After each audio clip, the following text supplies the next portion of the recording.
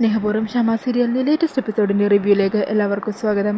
അങ്ങനെ ആരതി ഷമയോട് പറയണേ, ചെറിയമ്മേ, എന്നാലും ഇത്ര വർഷങ്ങൾക്ക് ശേഷം ഞാൻ ചെറിയമ്മയെ കണ്ടത് ഈ ഒരു വേഷത്തിലായിപ്പോയല്ലോ.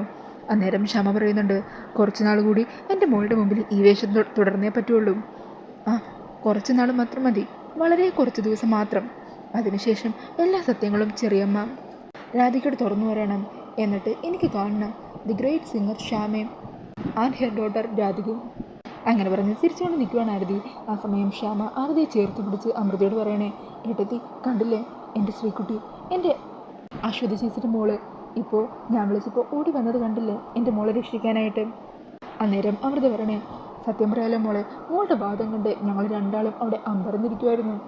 അന്നേരം ആരതി ശ്യാമയോട് പറയുന്നുണ്ട്, എന്നെ ഇത്ര വലിയൊരു അഡ്വക്കേറ്റാക്കി മാറ്റാനുള്ള കാരണം എൻ്റെ ചെറിയമ്മ തന്നെയല്ലേ. ചെറിയമ്മയില്ലായിരുന്നെങ്കിൽ ഞാൻ ഇന്നീ നിലയിൽ നിൽക്കുമെന്ന് ചെറിയമ്മക്ക് തോന്നുന്നുണ്ടോ? അന്നേരം ശ്യാമ പണ്ടത്തെ ചില കാര്യങ്ങളൊക്കെ ഓർക്കുവാണ്. പണ്ട് ശ്രീകുട്ടി ചെറുതായിരുന്ന സമയത്ത് ശ്രീകുട്ടിയെ മറ്റു ചില കുട്ടികളെയും ഐശ്വര്യ ഏർപ്പാടാക്കി ഗുണ്ടകളെ തട്ടിക്കൊണ്ടുപോയതും അവരുടെ കയ്യിൽ നിന്ന് ശ്രീകുട്ടിയും ആ കുട്ടികളെയൊക്കെ ശ്യാമ രക്ഷപ്പെടുത്തിയതും.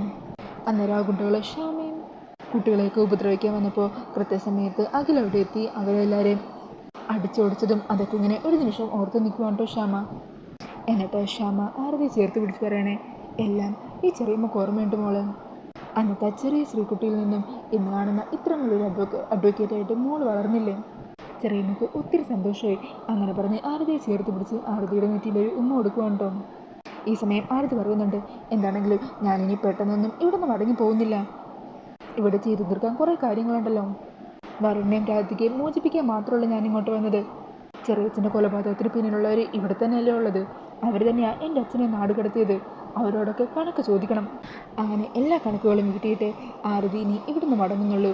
അതുവരെ എല്ലാത്തിനും കൂട്ടായി ചെറിയമ്മക്കും എൻ്റെ രാധികയ്ക്കൊപ്പം ഞാനുണ്ടാകും. ചെറിയമ്മേനും രാധികനെയൊക്കെ ഉപദ്രവിക്കാൻ ശ്രമിക്കുന്ന ഐശ്വര്യമുണ്ടല്ലോ, അവരോട് നമ്മളോട് ചെയ്ത ദ്രോഹത്തിനെല്ലാം ഞാൻ കണക്ക് ചോദിപ്പിക്കും. അത് ഞാൻ അമ്മക്ക് കൊടുത്ത വാക്കാണ്. ഈ ലോകത്തിന് മുമ്പിൽ ധൈര്യത്തോടെ തലയുയർത്തി നിൽക്കാനും എന്ത് പ്രശ്നം വന്നാലും നെഞ്ചും വിരിച്ച് നേരിടാനും രാധികയെ ഞാൻ പ്രാപ്തിയാക്കും. അവളുടെ ചേച്ചിയായിട്ട് ഞാൻ എന്നും അവളുടെ കൂടെ തന്നെ ഉണ്ടാകും. അങ്ങനെ ആരതിയുടെ വാക്കുകളൊക്കെ കേട്ട് സന്തോഷത്തോടു കൂടി നിൽക്കുവാണ് ശ്യാമ. പിന്നീട് കാണിക്കുന്നത് ആറ്റുവാശ്ശേരിയാണ്. മുത്തശ്ശി ദേശത്തിലെ കോടതിയിൽ നിന്ന് തിരിച്ച് വീട്ടിലേക്ക് എത്തുവാണ് കേട്ടോ. എന്നിട്ട് വീട്ടിലെത്തിയ ഉടനെ മുത്തശ്ശി ദേവനോട് യശോദയോടും പറയണേ, അതെ, ആ വരുണും രാധികയ്ക്കും ജാമ്യം കിട്ടി. ആ ഫിദ എന്ന് പറഞ്ഞോള് കുറേ പണം മുടക്കി മുന്തിയൊരു വക്കീലിനെ തന്നെ ഇറക്കി. അവർക്ക് രണ്ടാൾക്കും ജാമ്യം കിട്ടിയെന്ന് കരുതി നമ്മൾ അങ്ങനെ വെറുതെ ഇരിക്കാൻ പാടില്ല. രണ്ടിനെയും വെറുതെ വിടരുത്. തക്ക ശിക്ഷ തന്നെ രണ്ടിനും വാങ്ങിച്ചു കൊടുക്കണം. എൻ്റെ പ്രിയങ്ക മോളക്കൊന്ന അവളെ ഞാൻ ഈ കുടുംബത്തിൽ കാല് കുത്താൻ പോലും സമ്മതിക്കില്ല. അവളിങ്ങ് വരട്ടെ എന്ന് പറഞ്ഞ് ദേഷ്യത്തിൽ നിൽക്കുവാണ്ടോ മുത്തശ്ശി. ഈ സമയത്തായിരിക്കും വരുണിൻ്റെ കാറ് മുറ്റത്ത് വന്ന് കിടക്കുന്നത്. അങ്ങനെ കാറിൽ നിന്നും വരുണിൻ്റെ അധികം പുറത്തേക്ക് ഇറങ്ങി വരിക. ഇത് കാണുന്നതും മുത്തശ്ശി കാല് പൂണ്ട് പുറത്തേക്ക് ഇറങ്ങുവാണ്. എങ്ങോട്ടടി നീ വരുന്നത്?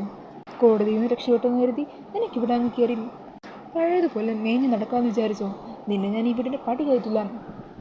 എൻ്റെ പ്രിയങ്കമോളൊക്കൊന്ന് ദ്രോഹി എന്നും പറഞ്ഞ് രാധികയുടെ കരണത്തിട്ട് പൊട്ടിക്കുവാണ്. എന്നിട്ട് രാധികയെ വീണ്ടും തല്ലാൻ തുടങ്ങുവാണ് കേട്ടോ. അത് കാണുന്നതും വരുൺ മുത്തശ്ശിയുടെ കൈ തടയുവാണ്. പ്രിയങ്കയുടെ കാര്യോർത്തുള്ള സങ്കടം കൊണ്ടാണ് മുത്തശ്ശി ഇങ്ങനെയൊക്കെ ചെയ്യുന്നതെന്ന് എനിക്കറിയാം.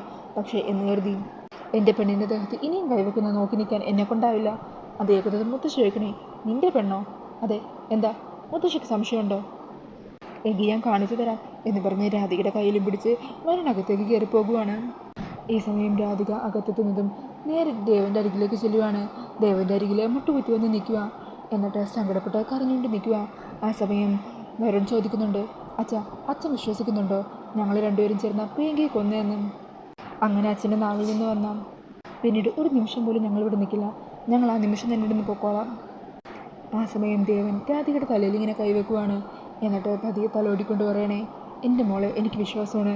എനിക്കറിയാം നിങ്ങൾക്ക് രണ്ടാൾക്കും ഒരിക്കലും പ്രിയങ്കയെ കൊല്ലാനായിട്ട് പറ്റില്ലെന്ന്.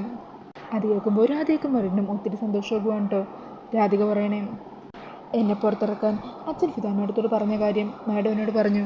പക്ഷേ എനിക്കതപ്പോൾ വിശ്വസിക്കാൻ പറ്റിയില്ല. ഇപ്പോഴാണ് എൻ്റെ മനസ്സിൽ ആശ്വാസമായത്. അത് കേൾക്കുന്നത് മുത്തശ്ശി പറയണേ, ഓ അത് ശരി, അപ്പം കണിമംഗലത്തെ പളം കാരണമല്ല ഇവർ രക്ഷപ്പെട്ടത് അല്ലേ? നീ നിൻ്റെ മനസാക്ഷി വിറ്റതുകൊണ്ടാണ് അല്ലേ ദേവാ? നിങ്ങളാര് കണ്ണടച്ചാലും ശരി, ഞാനിതങ്ങനെ വെറുതെ വിടാൻ ഉദ്ദേശിച്ചിട്ടില്ല. എൻ്റെ പ്രിയങ്ക മോളെ കൊന്ന ഇവളെ ഞാൻ ജയിലിൽ അടച്ചിരിക്കും. എൻ്റെ മോളെ കൊന്നതിനുള്ള ശിക്ഷ ഇവരെ കൊണ്ട് ഞാൻ അനുഭവിപ്പിച്ചിരിക്കും. നിങ്ങൾ നോക്കിക്കോ എന്നും പറഞ്ഞ് വെല്ലുവിളിച്ച് മുത്തശ്ശകത്തേക്ക് കയറി പോകുവാണ്ടോ. ഈ സമയം വരുൺ പറയുന്നുണ്ട്, ഒരു സാഹചര്യത്തിൽ പറയാൻ പാടില്ല, എന്നാലും ഞാൻ പറയുവാണ്, പ്രിയങ്കയും രാധയ്ക്ക് പകരം എൻ്റെ ജീവിതത്തിലേക്ക് കയറ്റിവിടാൻ നോക്കിയത് ഈ മുത്തശ്ശി തന്നെയാണ്. എല്ലാ കാര്യങ്ങളും അച്ഛനിപ്പോൾ ബോധ്യമായതാണല്ലോ. രാധികയോടുള്ള എൻ്റെ ഇഷ്ടവും അവളുടെ കഴുത്തിൽ ഞാൻ താലി കിട്ടിയ ആ കാര്യവും അതെനിക്ക് ഒരിക്കലും മറക്കാൻ പറ്റില്ല. അതുകൊണ്ട് തന്നെയാണ് എനിക്ക് പ്രിയങ്കയെ ഉൾക്കൊള്ളാൻ പറ്റാഞ്ഞതും. പലതവണ ഞാൻ എൻ്റെ ജീവിതത്തിൽ നിന്ന് ഒഴിഞ്ഞു പോകണമെന്ന് അവളോട് പറഞ്ഞിട്ടുള്ളതാണ്. പക്ഷേ അവളെ കൊന്നുകളയാനോ ഇല്ലാതാക്കാനോ ഒരിക്കൽ പോലും ഞാൻ ചിന്തിച്ചിട്ട് പോലുമില്ല. അന്നേരം അതെല്ലാം കേട്ട് ദൈവം പറയുന്നുണ്ട്, എനിക്കറിയാം കാര്യങ്ങളുടെ യാഥാർത്ഥ്യം മനസ്സിലാക്കാൻ ഞാനും വൈകിപ്പോയി. തെറ്റ് തിരിച്ചറിഞ്ഞപ്പോൾ തിരുത്താൻ വേണ്ടി തീരുമാനിച്ചതുമാണ്. അതിനുവേണ്ടി ഉടനെ തന്നെ ഞാൻ കണിമംഗലത്തേക്ക് ഒരു ദിവസം വരുന്നുണ്ട്. നിങ്ങളുടെ രണ്ടുപേരുടെയും കാര്യം അവിടെയുള്ളവരോട് പറയാനായിട്ട്.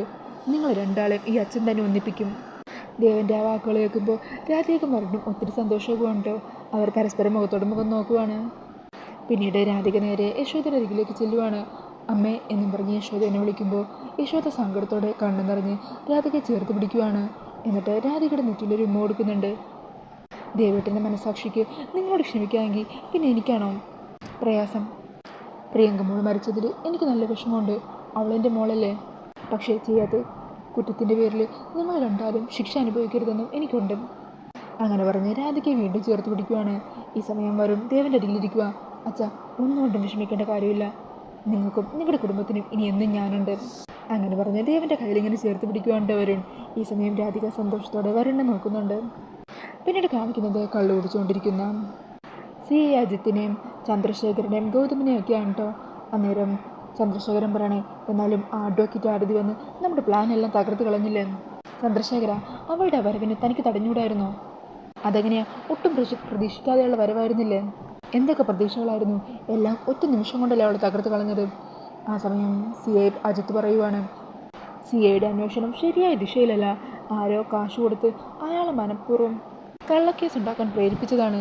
വരുണും രാധികയും ഇതിൽ പൂർണ്ണമായും നിരപരാധികളാണ്. ഇതൊക്കെയായിരുന്നല്ലോ ഇന്ന് അവൾ തെളിയിച്ചത്. ഇപ്പോൾ കോടതിയിലുള്ളവരെല്ലാം അവൾ പറഞ്ഞ കാര്യങ്ങളെക്കുറിച്ചാണല്ലോ ചർച്ച ചെയ്യുന്നത്. ഇനിയിപ്പോൾ പുതിയ അന്വേഷണ സംഘത്തിന് വെച്ച് ഒരു അന്വേഷണം നടത്തിയാൽ കാര്യങ്ങളെല്ലാം കൈവിട്ടു പോകും. ഇതിൻ്റെ പിന്നിൽ നടന്ന എല്ലാ കള്ളക്കളികളും വെളിച്ചത്ത് വരികയും ചെയ്യും. അന്നേരം ഗൗതം പറയണേ, ഇതിൻ്റെ എല്ലാത്തിനും കാരണം ആ ആരതിയല്ലേ? അവളെ നമുക്കങ്ങ് കൊന്നുകളഞ്ഞാലോ? അതോടെ എല്ലാ പ്രശ്നങ്ങളും തീരുമല്ലോ. ഈ സമയം അജിത്ത് പറയണേ, മണ്ടത്തരം പറയാതെ, അങ്ങനെ എങ്ങാനും ചെയ്താലേ എല്ലാം നമ്മുടെ നേരെ തന്നെ തിരിയും. പിന്നെ അന്വേഷണത്തിൻ്റെ ഒന്നും ആവശ്യമില്ല. എല്ലാം നമ്മുടെ പേരിൽ ചുമത്തി പോലീസ് അങ്ങ് കേസ് ക്ലോസ് ചെയ്യും. തൽക്കാലം അവരിപ്പോൾ അവരുടെ വിജയം ആഹ്ലാദിക്കട്ടെ. ആ അഡ്വക്കേറ്റ് ആരതിയും അവളെ ഇറക്കിയവരുമൊക്കെ ഇപ്പോൾ അവർക്കുണ്ടായ വിജയത്തിൻ്റെ മധുരം നുണയട്ടെ. നമുക്ക് അവസരം വരും. ആ സമയത്ത് നമുക്ക് തിരിഞ്ഞടിക്കാം. ശാന്തമായിരിക്കുന്ന സമയത്ത് അവരുടെ എല്ലാവരുടെയും പ്രതീക്ഷകളെ മറിച്ചുകൊണ്ട് നമ്മൾ ഇതിൽ നിന്ന് രക്ഷപ്പെടുകയും അവരെ കുരുക്കുകയും ചെയ്യണം. അതാണ് നല്ലത്. അന്നേരം ചന്ദ്രശേഖരൻ പറയുന്നുണ്ട്, എന്നാലും ഞാൻ ഇനി കണിമംഗലത്ത് എങ്ങനെ പിടിച്ചു നിൽക്കുമെന്ന് ആലോചിക്കുന്നത്. അച്ഛൻ വിഷമിക്കാതിരിക്കുക. വല്യച്ഛൻ്റെയും വല്യമ്മൻ്റെയും മുമ്പിൽ ഒന്ന് താണു വീണ് കരഞ്ഞങ്ങ് പറഞ്ഞാൽ അവരുടെ മനസ്സലിഞ്ഞോളും. അന്നേരം ചന്ദ്രശേഖരൻ പറയണേ, ഏതാണെങ്കിലും നനഞ്ഞു, ഇനി കുളിച്ചു കയറാം. അവസരം കിട്ടിയ എല്ലാത്തിൻ്റെയും തലക്ക് തന്നെ അടിച്ച് വീഴ്ത്തണം. അല്ലെങ്കിലും അവിടുത്തെ വേലക്കാരുടെ പോലും സ്ഥാനമില്ലാത്ത ഈ അനിയൻ എന്ന പദവി ഞാൻ വേണമെങ്കിൽ വേണ്ടാന്ന് വരെ വെക്കും. ഇതിനി ഒരു അവസാനം കണ്ടിട്ട് ഞാൻ അടങ്ങൂ എന്നും പറഞ്ഞ് രണ്ടും കൽപ്പിച്ച് നിൽക്കുവാണ് ചന്ദ്രശേഖരൻ. പിന്നീട് കാണിക്കുന്നത് അഖിലിൻ്റെ ഫോട്ടോയ്ക്ക് മുമ്പിൽ വിളക്ക് കത്തിച്ച് ആരതിനെ ചേർത്ത് പിടിച്ചിട്ട് ശ്യാമ പറയണേ, ദേ കണ്ടില്ലേ, നമ്മുടെ ശ്രീകുട്ടിയായത്. നമ്മുടെ മോളെ രക്ഷിക്കാൻ ഞാൻ വിളിച്ചപ്പോൾ ഓടി വന്നതാ മോളും. ശ്രീകുട്ടിയെ ഇപ്പം മിടിക്കായ ഒരു വക്കീല, ഇവളുടെ സാമർത്ഥ്യത്തിലാണ് നമ്മുടെ മോളിൽ നിന്ന് രക്ഷപ്പെട്ടത്. അങ്ങനെ പറഞ്ഞ് സന്തോഷത്തോടെ നിൽക്കുവാണ് കേട്ടോ ശ്യാമ. ഈ സമയം അഖിലിൻ്റെ ആ ഫോട്ടോയ്ക്ക് മുമ്പിൽ കണ്ണടച്ച് പ്രാർത്ഥിച്ചുകൊണ്ട് നിൽക്കുവാണ് ആരതിയും. അങ്ങനെ ആ ഒരു സീനൊക്കെ കാണിച്ചുകൊണ്ടാണ് എപ്പിസോഡ് തീരുന്നത്. അപ്പോൾ ഈ ഒരു റിവ്യൂ ഇഷ്ടമായിട്ടുണ്ടെങ്കിൽ മറക്കാതെ വീഡിയോ ഒന്ന് ലൈക്ക് ചെയ്യണേ. ഇതുപോലുള്ള കൂടുതൽ റിവ്യൂസിനായിട്ട് ഈ ചാനലൊന്ന് സബ്സ്ക്രൈബ് ചെയ്തും കൂടി സപ്പോർട്ട് ചെയ്യണേ. Thank you.